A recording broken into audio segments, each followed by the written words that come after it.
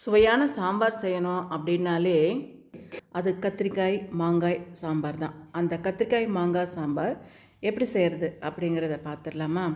நான் பருப்பு வேக வச்சு எடுத்து வச்சுட்டேன். இப்போது அதே பேனில் ஆயில் விட்டுட்டு கடுகு, உளுத்தம்பருப்பு, சீரகம் கொஞ்சம் சேர்த்துக்கிறேன். 2 பெரிய சைஸ் வெங்காயம் நான் நீள் வாக்கில் கட் பண்ணி வச்சுருக்கேன், அதை சேர்த்துக்கிறேன்.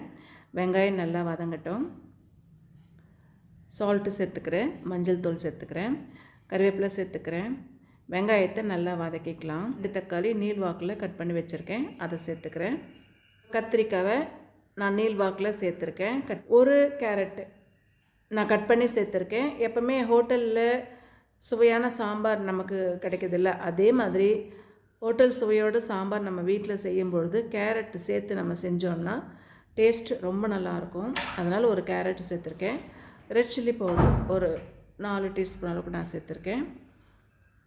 சீரகத்தூள் 1 டீஸ்பூன் அளவுக்கு நான் சேர்த்துருக்கேன்.